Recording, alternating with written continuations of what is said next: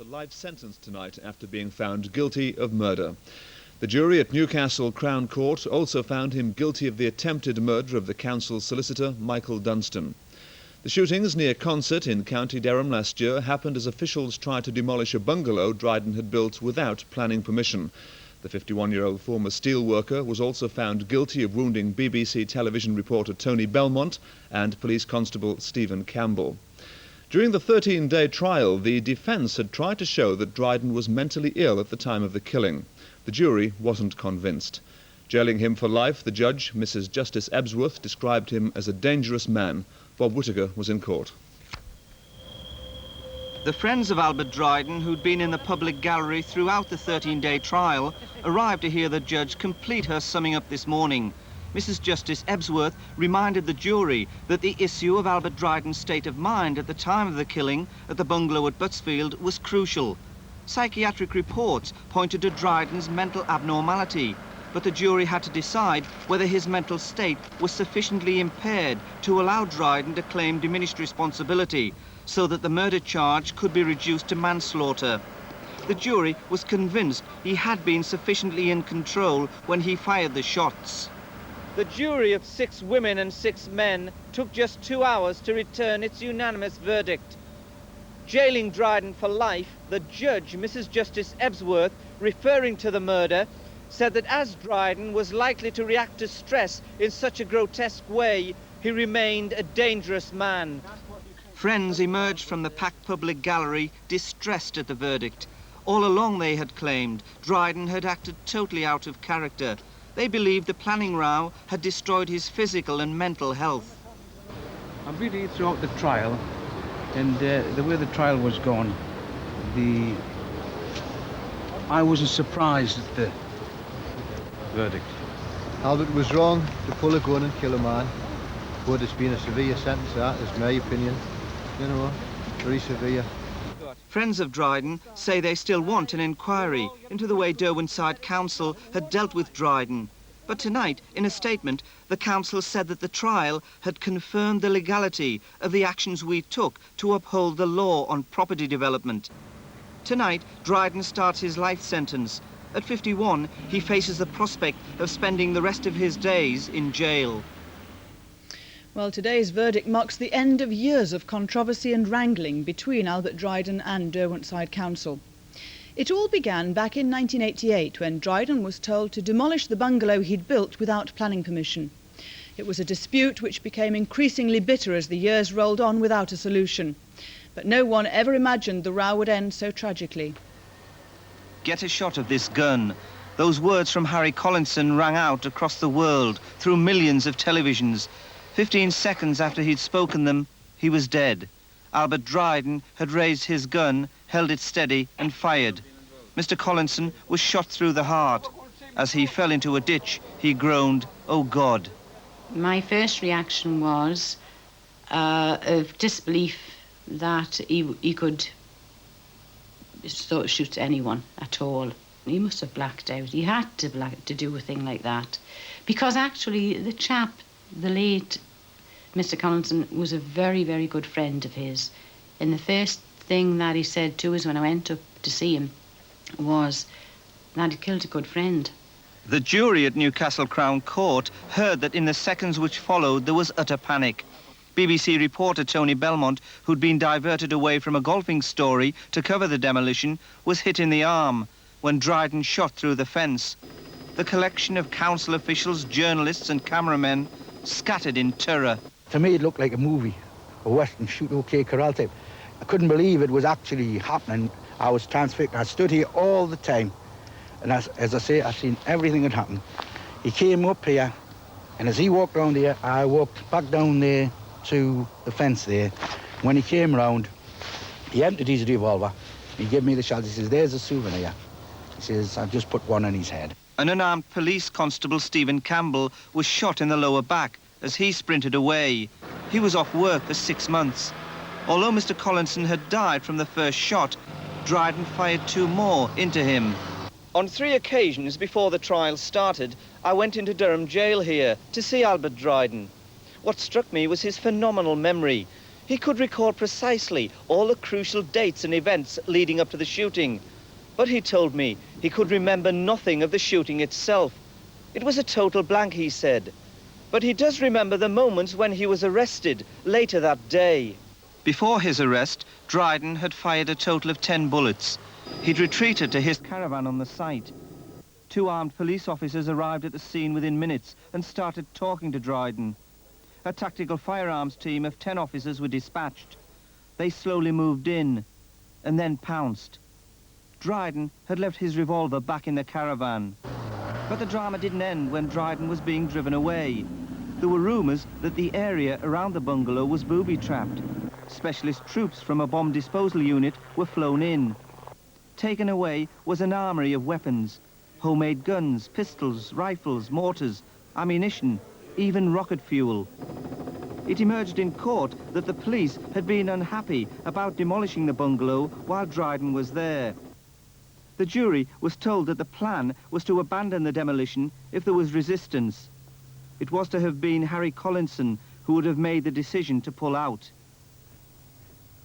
The chief planning officer first got involved with Dryden in 1988, 2 years after building work had begun, when it was discovered that Dryden had no planning permission. Dryden was convinced that by putting the bungalow in a hole in the ground, he wouldn't need consent, as most of the building would be out of sight. But Dryden was told to pull it down. He appealed against the enforcement notice. At first, Albert Dryden and Harry Collinson were on friendly terms as they chatted over tea and biscuits, discussing how to solve the problem. But by the time of the public inquiry in January 1990, the relationship had started to sour. Later, Dryden took Mr. Collinson to court for allegedly trespassing on his land.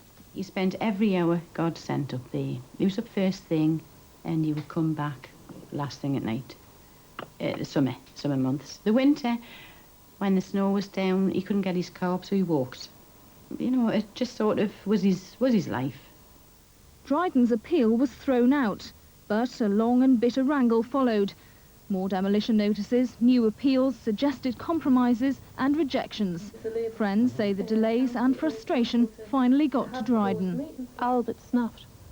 I believe he was pushed too far, and we all have a breaking point, don't we? But the council has always insisted that any delays were caused by their desire to treat the case as fairly as possible. Those delays were mainly on our part, and the reason for that was to allow justice to be done for Mr. Dryden. The reason for that is that all the channels that had to be gone through were gone through properly and rigorously. Just weeks before the shooting, Dryden gave up. He started to take the bungalow down. But then he received a letter from the Department of Environment suggesting his latest appeal was valid. That appeal, invalid as it turned out, was the subject of the conversation between Dryden and Mr. Collinson on the morning of the shooting. Dryden wanted a further delay until the appeal was sorted out. But the court was told that by now the planning committee's patience had run out. Just minutes before the shooting, Dryden told Collinson he might not be around to see the outcome of the disaster. The jury heard that this was one of a series of threats made during the planning row. Oh, they're not going to demolish it. There's nobody will come in here. I'll fight force with force. That single-minded determination Albert Dryden displayed was always a feature of the man. Another was his ability to make things. As a 12-year-old schoolboy, he won a woodwork prize. He was good with cars and was especially keen on rebuilding American gas guzzlers. He once set up his own wedding car service. I thought he was very, very clever with his hands. I used to often think if he'd kept his education up to match his ability with what he could make, he would have done well. Whatever he picked up, he'd make something out of it. As a young man, he started making simple guns. He later became more sophisticated by using a lathe. Were you worried at the time about the possibilities of violence, having guns around when he was so young? Oh, not really. He wasn't. He didn't ever show any signs of violence. He wasn't aggressive. He never fought with anyone, the kids in the street. Although he enjoyed the company of his 4 sisters and 4 brothers, He was a bit of a loner and loved being up in the hills above Concert. It was activity here around 30 years ago which first landed him in court.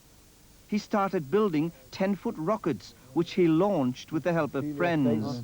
Now he would light the touch paper, you know, and his legs, he'll strike his match and light it like that, and the legs were shaking like that, and then he would run, you know. The rockets reached 2 miles high. They were powered by a fuel which he perfected. The formula remained Albert Dryden's secret, but he abandoned the rockets amid fears that he would hit low-flying aircraft. He became regarded locally as a harmless eccentric, a popular character. Just 1 week before the shooting, he was mending a little girl's bike. Everybody was his friend. Anybody or anybody. I mean, he was one of these, he was a bit of a storyteller and all, like, and maybe that was it. Everybody used to sit and listen to his crack, and his crack was good, and he used to tell stories. Sometimes they weren't true, but, I mean, they knew it. I mean, and this, that, and the other, but that was it. He was a lovable character. Yet the degree of support he received after his arrest surprised even his close friends. Hundreds turned up at each remand hearing. They collected 9,000 signatures on a petition, which stated that while they didn't condone the killing, they wanted an inquiry into Dryden's treatment by Derwentshire Council. Harry Collinson had lots of friends too. Hundreds of mourners attended his funeral, reflecting his popularity. He was intensely passionate about 2 things in life, his children and his work. He loved the landscape and was deeply concerned about environmental issues. Some words composed by a group of friends mirrored his outlook on the world. His amazing generosity and lack of selfishness will remain legendary among us. He was a uniquely gentle man, a man of peace, and yet upheld his principles with an uncompromising strength of mind. He'd gone through a painful divorce and, according to friends, had just started to look on the bright side of life again after coming out of a period of depression. They're still suffering from the loss of a dear friend and remain shocked by the incident. The untimeliness of his death, of course, but also the way in which it happened was horrendous, and none of us will forget the day that it happened. We'll all remember where we were and how we heard the news. Since that time, we've, I suppose, all reflected on the kind of man he was and the kind of relationship we have had with him. He was the right man in the right place doing the right job, and that all that should have been curtailed so horrendously because of the job is outrageous.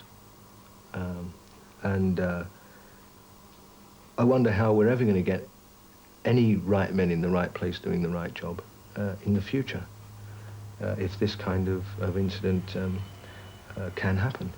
I think it's made us all reassess our lives.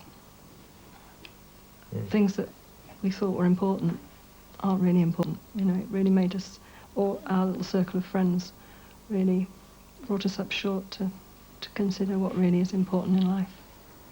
Apparently, the chief planning officer had been worried at the prospect of an encounter with Dryden on the day of the shooting. One of the main reasons he'd invited the TV cameras to be at Buttsfield that morning. He thought their presence would prevent any violence.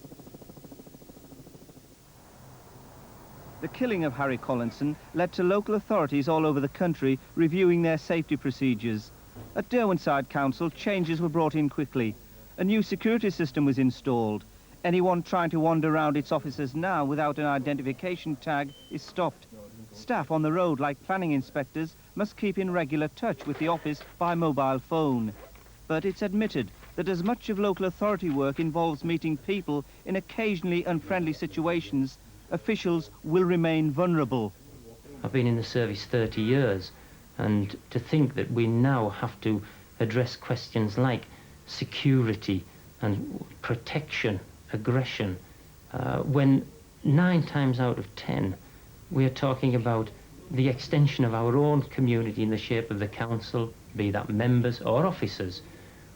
We all live in this community, we are all part of it, and to think that we have now to talk about developing those protections when we're dealing with our neighbours and our friends is quite frightening.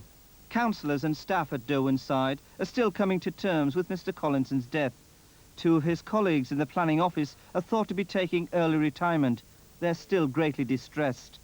I don't think that we as a district will ever forget what has happened, but I think that the council is working through the trauma of the incident, obviously through the quiet hard work and dedication of the employees. It will see us through it, but we won't ever fully recover from it. And Albert Dryden's close friends and relatives now have to live with the prospect that the man who loved the outdoor life in the hills so much may never taste freedom again. All of my family fully expected that he would get a long sentence.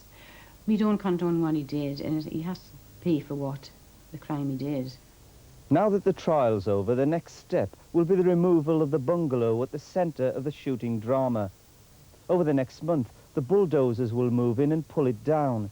And pretty soon, there'll be little evidence left here of the dramatic developments on June the 20th, 1991, when Harry Collinson lost his life and when Albert Dryden ruined his.